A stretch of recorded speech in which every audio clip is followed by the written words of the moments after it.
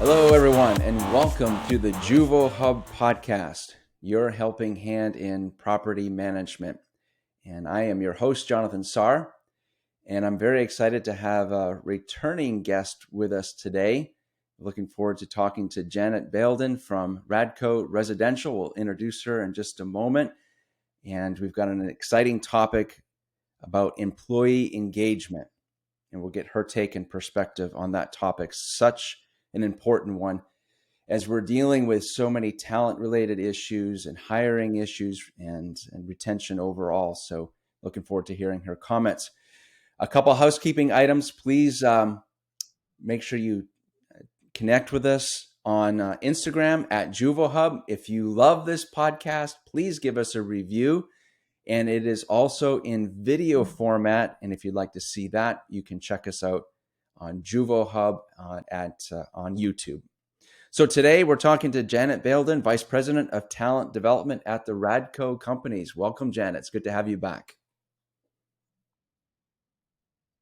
Yeah, I love what we're talking about today. Employee engagement. You know, in previous conversations with people, it sometimes can come across as a buzz phrase versus like, what are we doing about it? Like, we can talk the talk, but really what's involved in it and why is it so important, and what are some practical things that our audience can do? That's what we want you to hear today. Ladies and gentlemen, on our audience, thank you for tuning in. We want you to be able to see what you can do today.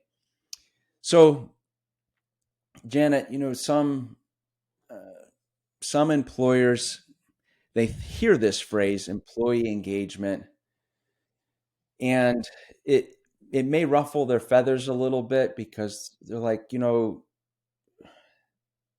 socializing and hanging out and doing things within the organization. That's not what we're here for. We have a job. We have a job to rent apartments and maintain them and report to our investors. Some people have that opinion about what is the requirements when it comes to any particular job position. So what's been your experience with employee engagement, and how would you respond to someone who kind of is like a naysayer about the importance of it? Well, I'd say they're boring, first and foremost. I don't know about you, Jonathan, but I like to have fun at work.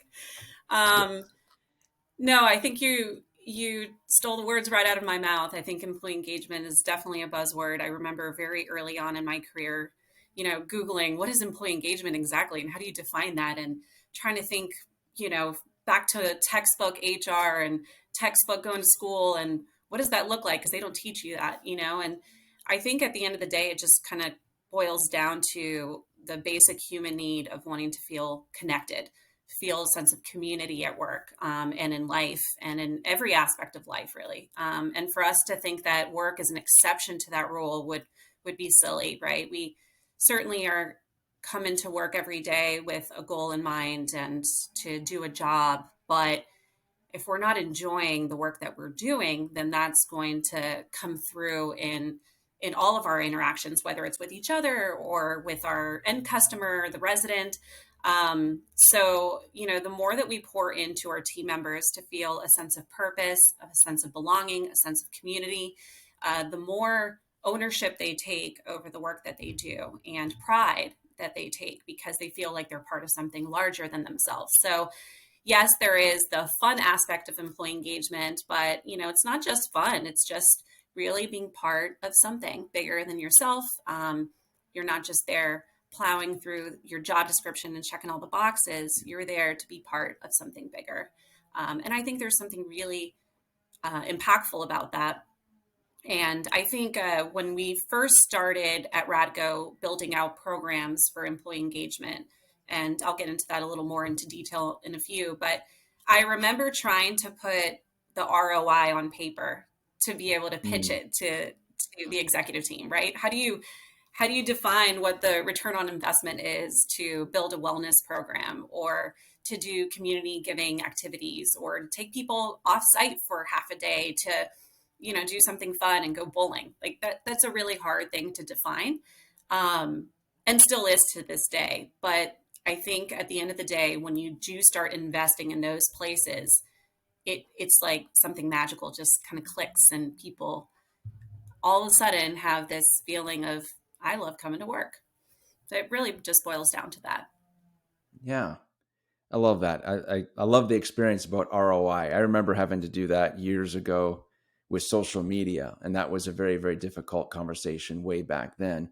So I see a lot of similarities in making sure that your employees are are enjoying their work and having that time together. I can see how, but thankfully, that I think the proof is in the pudding, so to speak, where you see a thriving company like Radco and how well you guys are doing, and the benefits that come from that. And I love seeing all this stuff from your organization. There's some other companies out there that do a really, really good job of it, and I can only imagine that it helps in attracting people when they see that team, the team aura is present, not only off camera but on camera as well for the world to see. So that's cool. So we're talking about property management, though. So now I have very little experience on site. I remember years ago, I'm like, okay, if the only way I'm gonna really know what it's like is if I go in and I visit our clients, and let me just go and sit on site for a day. And it blew my mind. I'm like, holy cow! Like, this phone is always ringing, and there's people in and out, and things are going on, and I just was sitting there going like this back and forth, and I talked to the community manager after. I'm like, is it like this every day? He's like, no, this was kind of a slow day. So how do you balance that out with the challenges that our industry has, the next level stress that can be there, and balancing that out with employee engagement? What are your thoughts? Yeah, it's a great question. I mean, at the end of the day, it doesn't matter the industry, right? Because you have to make a conscious effort to be able to make space for that, to make space for the fun, or else we find, to your point, there's so much noise, there's so much going on that before you know it, you're stuck in this, rat race. You're just going and grinding through all the motions, and it never ends, right? It's from the emails, the residents walking in, to the maintenance issues, to the phones ringing, and you have to complete your training, and right, we have to increase occupancy, and you're just going and you're going and you're going, and before you know it, you lose sight of what you're doing it for, right? Because it's bogged down with all the details. And it is a challenge to be able to say, okay, let's hit the pause button for a second, and let's step away from this, and let's make space for that, to have a little fun and connect again, and for people to say, you know what, I now I remember why I enjoy my job, and right, because they forget, and because they're just in that motion. And what you see is, at the end of the day, burnout, when people are just going through the Mm-hmm. motions day in and day out and don't feel a sense of connection. They get burned out, and then you have turnover. um, and people don't feel heard.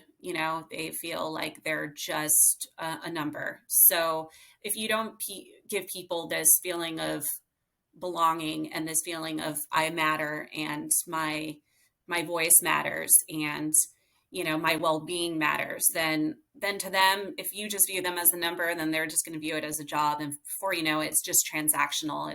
It's not really anything meaningful. So you just have to be really intentional about creating space for it, and it's not easy to do because time is money.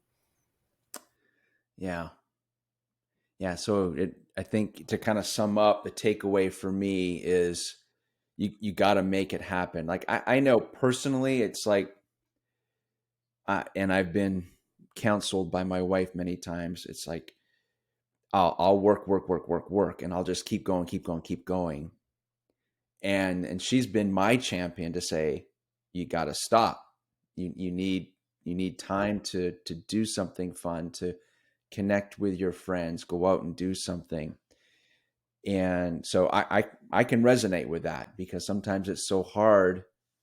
Um, More than likely, you've got some amazing people that are just like, no, I need to get this done, and they're just like, no, I don't want, I've heard that too, where it's just like, I don't have time to go out and go bowling with the team, kind of a approach. So, as leaders, you've got a big responsibility to make sure that gets instituted. So kudos to you. I wanted to share a comment. I was reading through Swift Bunny's 2023 Employee Engagement Risk Report. So kudos to Swift Bunny for putting this out there, really giving our whole industry a sense of what is going on and what matters to people.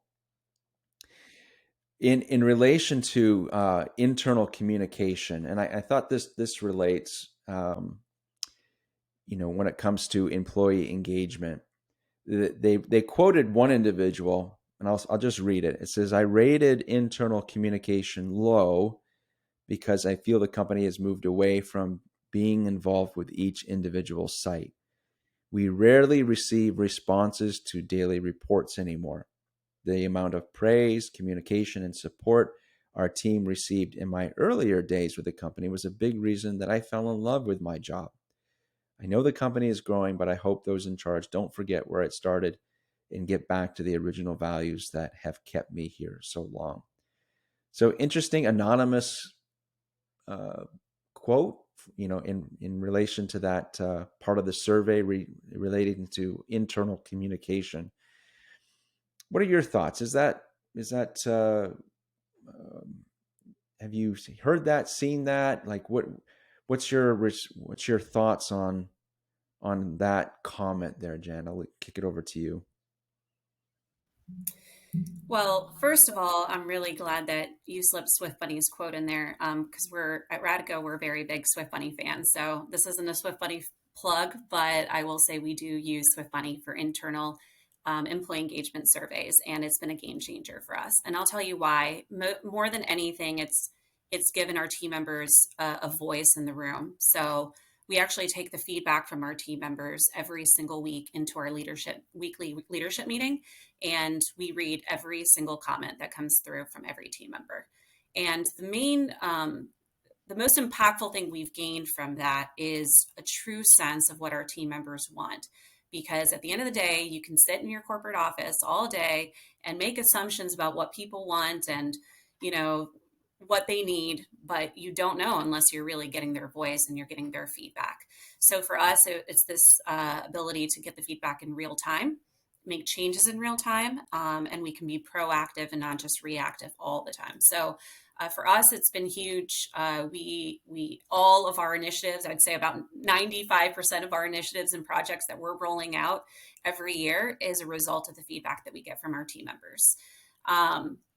And so with that, I want to segue to the comment itself, which, I mean, for me, it's kind of sad because that person clearly doesn't feel like they're being heard, or that there's any effort being made to communicate and connect with them. So it kind of goes back to what I mentioned earlier about this basic human need for connection. For us, I think it's been great to have this virtual world that we live in now where we can do this. And I don't have to drive down to your office, Jonathan, and meet you face to face to be able to record this. But at the same time, it comes with its own challenges, right? We're staring at a computer screen all day and every day. And now what is the new world of connection and communication? So yes, you've got emails, and but let's be honest, emails are just flowing in and day out. So even though you have that form of communication, it's not personal.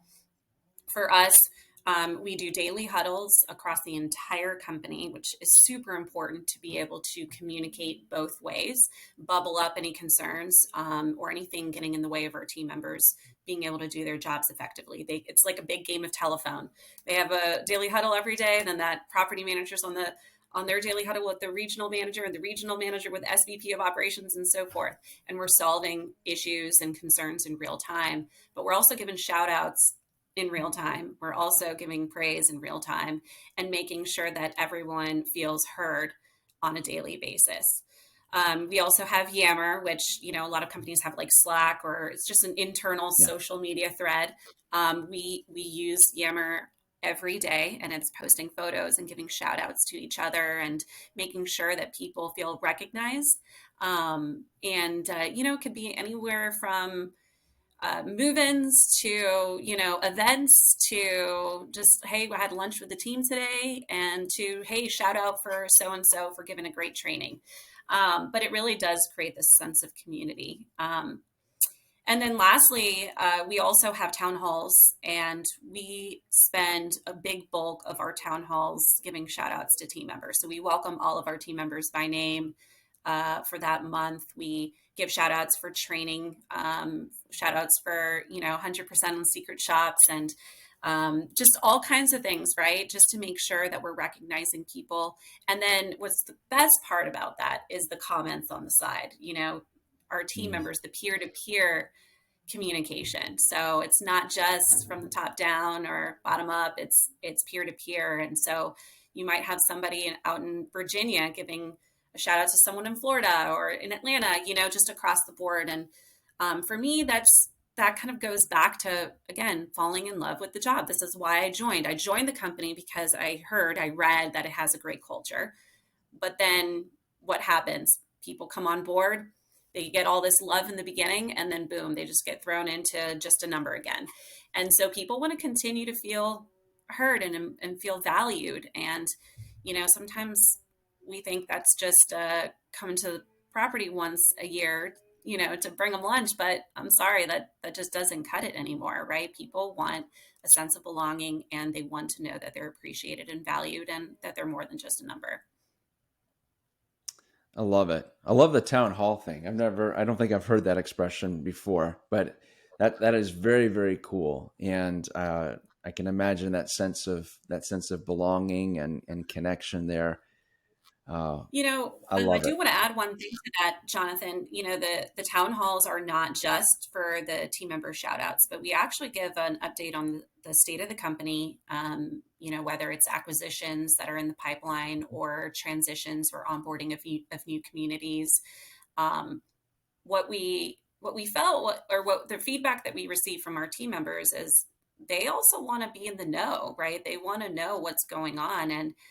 And we are very transparent from, the financial state of the company, and for us it's all an open book, and to empower Mm. our team members to really understand how the business operates, not just on the site level but on a corporate level. How does the company make money? How does corporate make money? How are we all connected, and how are we all in this together? And I think what stands out for me was, we have our VP of business development out there, building relationships for our third party platform. But it's really our team members, our current team members, that are building our reputation day in and day out of what we're capable of, and how impactful we can be on the site level. It's important for them to understand how they play a part in our ability to grow our business. So I think in those town halls, we really drive that message home, and people feel like, wow, I'm not just part of making this community successful. I'm part of making the company successful, and that's really powerful. And a lot of times we don't give enough credit to how much value that has for people to feel heard and empowered. Yeah. Oh wow, I love it. Jenna, it's those I call them the finishing touches on something. We have a lot of opportunities to deliver gifts in many different ways each day. And from a company perspective, my wife watches a lot of the chef shows, where the people are competing. And one thing I find that the ones who are judging that, they're always looking at what was the presentation. Like, it can be the exact same thing, but the effort that the individual put into presenting it just took things to another whole level. And so I love how you have really demonstrated where employee engagement, just by some extra finishing touches can create such an excitement and really make it land, make it impactful, and make it memorable for your team members. So, boom, shakalaka. Mic drop. Yeah, mic drop. Well done. Thank you so much. And if you know what boom shakalaka is, then you're probably pretty old. But anyway, thank you so much. This was great. And yeah, go back to Swift Buddy for a minute. Thank you again for this report. I think it's helping all of us in the industry, and I'm glad to hear that they're super beneficial to you and your organization, Janet, for being able to get that heartfelt feedback from your team members and having something to take action on. So today's episode on employee engagement, and we've had some great takeaways on really the delivery, making the time for it, taking the lead in it, and understanding the importance of it. There's the business, but there's the people, and the people are what make the business. So thank you, Janet, for taking the time with us today to kind of share what you're doing, what Radco's doing. How can people stay in touch with you? Well, you can always check out Radco's website, radcoresidential.com, or reach out to me directly. Should I just throw out my email address? I guess it's my first initial last name at radco.us. So jbaildon@radco.us. But no, I'm so passionate about this. I love all things people. And if I will, just parting words, Jonathan, I will say, in the midst of rapid growth, we are always laser focused on creating a sustainable model, automating, leveraging technology to make things faster and quicker. And the only thing I'll just leave with is encourage people to not lose sight of the fact that you can't necessarily automate human connection. And so spend your resources on automating all the tasks on the back end, on all the, the day-to-day stuff. But when it comes to connecting with people, don't be afraid to put the resources in to go out on site and to look people in the eye and connect with them one-on-one, or to make them feel valued, because that is super critical. And for us, it was one of the biggest lessons learned as we went through a major growth spurt. I love it. Thank you so much. Beautiful summary. Great takeaways. Yeah, thank you again for being on the show. So thank you, everyone, for tuning in to the Juvo Hub podcast. And please take a minute, give us a review on your favorite podcast station. We're available on all of them. We look forward to hearing from, or seeing you seeing you again in the near future, Janet. So thank you for being on the show. Until next time, everyone, have a good one.